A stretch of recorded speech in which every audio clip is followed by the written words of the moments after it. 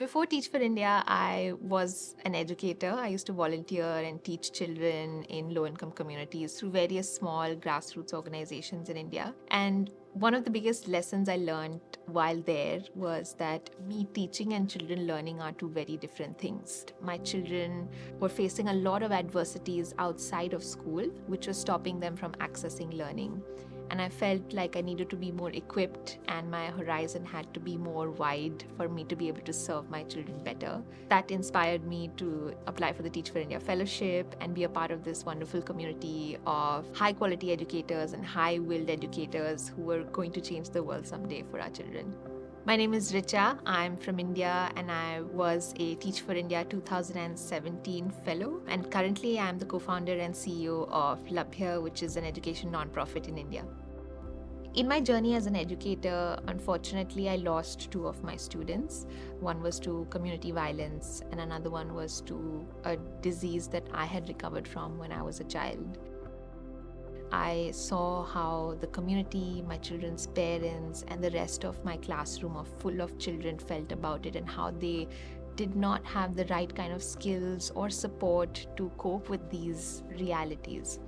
The other thing I realized was that to the outside world, a lot of this didn't really matter because of where my children came from. And it felt like for the world, it was business as usual. And that was very disappointing to me. And honestly, it made me very angry. I knew that at a much deeper level, my purpose had to be to do something more bigger and systemic for my children's well being.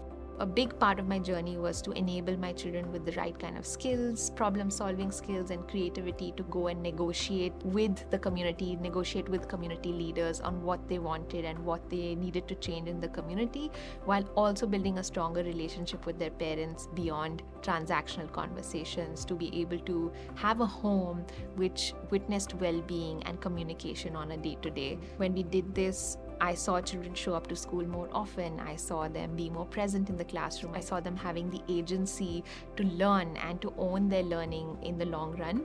I see the change that was brought about in them and how now they feel like the world is their oyster and they can now do anything that they want. So our curriculum reaches children from ages 5 to 15. So it's a grade-based curriculum from grades kindergarten to 8 in all the states that we work with. For our children's development, these ages are the most crucial to develop the kind of stability, regulation, and skills to be able to cope with the ill effects of poverty and adversity to become effective learners and lifelong learners.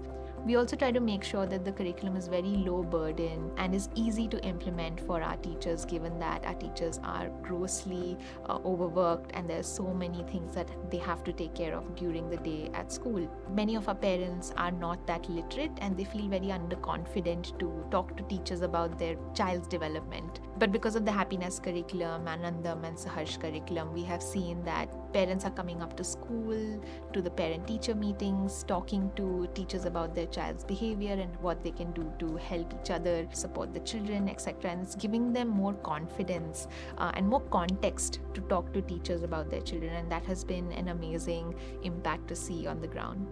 On Labhya's 11th month, we received our first government partnership and we were able to partner with the government.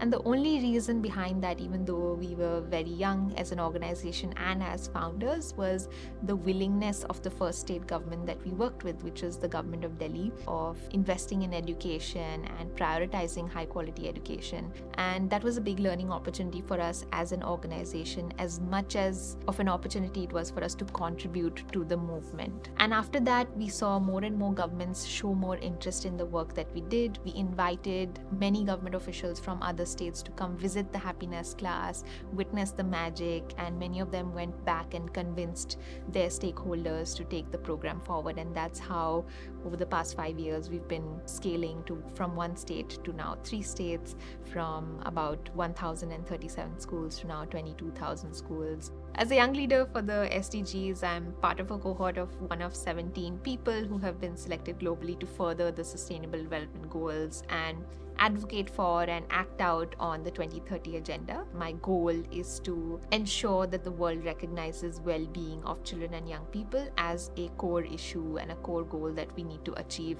in order to achieve the Sustainable Development Goals. In my work in the past several years, it is very clear to me that young people's mental health and children's well being is a core part of us achieving any kind of social change or poverty reduction as a society and as a globe. And hopefully, in the next couple of years, I'm able to bring that to the forefront as we continue to work with the offices towards the Sustainable Development Goals.